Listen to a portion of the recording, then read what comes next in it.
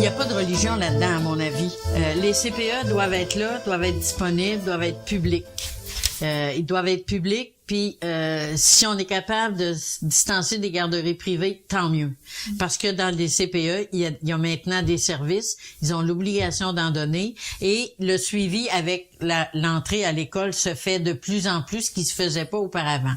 Bon, alors ça se fait de plus en plus. Maintenant, les maternelles 4 ans, moi, je dirais pas que c'est mauvais. J'ai défendu les maternelles 4 ans en milieu défavorisé. Parce qu'on constate souvent qu'en milieu défavorisé, les enfants ne vont pas en CPE. Et peut-être que pour les familles, ça devient une alternative de les amener dans des maternelles 4 ans, de les stabiliser à l'école, parce qu'il y a des services de garde ensuite. Alors, tout ça, ça se passe à l'école pour ces enfants-là et ça devient un milieu qui est stimulant pour ces enfants-là qui souvent manquent de stimulation à la maison. Alors moi je me dis là, c'est pas un ou l'autre, c'est un et l'autre, mais pas un au détriment de l'autre. Et les CPE, c'est un réseau qui est gagnant. C'est un réseau qu'il faut absolument continuer. Et quand je regardais les chiffres hier dans les bulletins de nouvelles qui disaient que l'impact des maternelles 4 ans, ce serait surtout sur les garderies privées, ça me fait pas de peine. Ça me fait pas de peine. Mais quand il dit, par exemple, le ministre, que les maternelles 4 ans devront recevoir des enfants de milieux défavorisés, comment est-ce qu'ils vont faire pour choisir ça, les autres, là?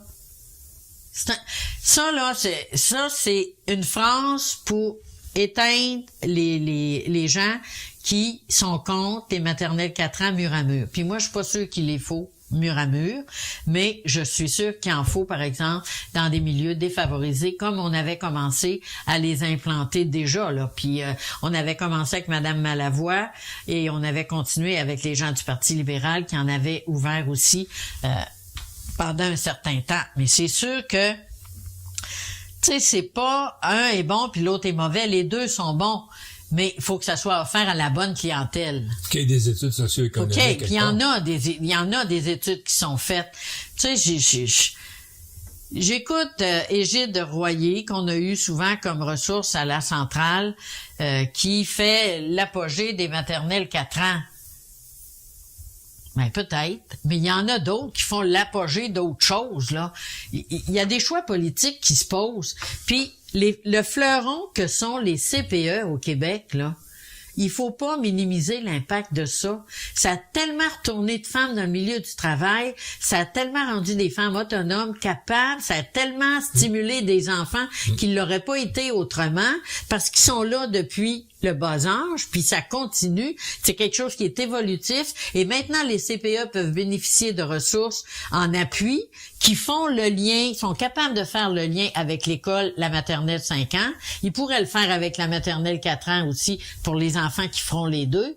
Ben, c'est un plus dans notre système d'éducation. C'est pas on en jette une partie pour en garder une autre. C'est d'avoir du jugement, puis d'y aller avec parcimonie pour répondre aux besoins des gens qu'on a à servir. Et il y a des milieux où il n'y en a pas de CPE, où les gens ne les envoient pas. Et dans ce temps-là, essayons de les amener en maternelle 4 ans. C'est une base volontaire, mais essayons de les stimuler pour venir en maternelle 4 ans, de façon à les préparer à la maternelle 5 ans, qui fait de plus en plus d'apprentissage. Je sais pas les maternelles de mon temps, là. Et il y a de plus en plus d'apprentissage. Donc, faut pas qu'ils arrivent avec un manque à gagner au niveau de la socialisation et ainsi de suite. Alors, s'ils vont pas en CPE, qu'ils aillent ailleurs. C'est important. Ça va prendre des ressources. Ça va prendre des ressources. Et le phénomène des ressources, là, c'est pas la génération spontanée, là. Puis quand on regarde les conditions de travail des enseignants, des enseignantes, ben, il va falloir y penser. Puis il va falloir qu'il y ait des hommes aussi dans le milieu des maternelles et des prématernelles, parce qu'il y a des enfants qui en ont besoin.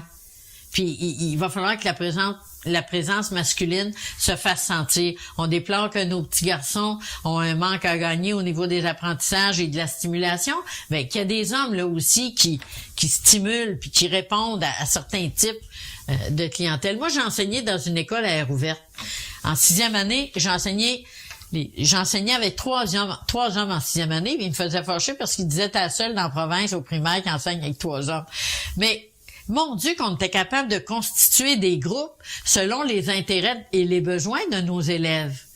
Il y avait des enfants qui étaient pas capables de communiquer avec un homme, puis il y avait des enfants qui, avec moi, étaient pas à l'aise. Mais on était capable de changer. Puis les enfants nous le disaient. Moi, là, j'aimerais ça aller avec Pierre ou j'aimerais ça aller avec Robert. Puis il me semble que... Mais on avait la souplesse, mais faut l'avoir. Quand je dis faut y aller avec jugement, faut avoir une souplesse d'organisation. C'est pas juste d'avoir des beaux projets de loi qui vont établir les affaires puis ils vont être obligés de les mettre en place. Faut les mettre en place à partir d'un besoin qu'on a évalué, d'une clientèle qu'on a évaluée, d'un milieu socio-économique qu'on a évalué. D'éviter l'uniformisation. Écoute, c'est pas possible. Puis les commissions scolaires, ils ont pas tous les outils pour faire ces évaluations-là. Mais il faudrait recentrer leur travail aussi. Moi, je compte la disparition des commissions scolaires, mais je suis pour un recentrage de leur travail. À toutes les fois qu'on leur donne un mandat de plus, ils ajoutent des ressources. Voyons, ça peut s'organiser autrement, le travail aussi dans un milieu, là. Mais c'est pas nécessairement un ou l'autre, c'est un et l'autre selon les besoins. D'autant plus qu'on doit travailler à compléter le réseau des services de garde parce que c'est dès la petite enfance, dès qu'ils ont 3 ans, qu'on est capable de détecter des lacunes chez les enfants. On voit ça, là. Tu sais, il y a faut passer tel questionnaire, tel ci, tel ça. Attends un peu, là. Il y a des choses qu'on est capable, de par notre formation comme enseignant ou enseignante, de détecter. Dans 1 mois, on est capable de mettre le doigt sur des enfants qui vont réussir, qui réussiront plus ou moins, qui vont faire de l'anxiété. On est capable. Si on les prend, on va arrêter des médicamentés pendant 20 ans, puis on va leur donner des ressources pour apprendre à respirer, puis à se calmer, puis à vivre avec leur corps, avec leurs difficultés. Puis les amener au meilleur développement possible selon leurs capacités. C'est ça notre défi.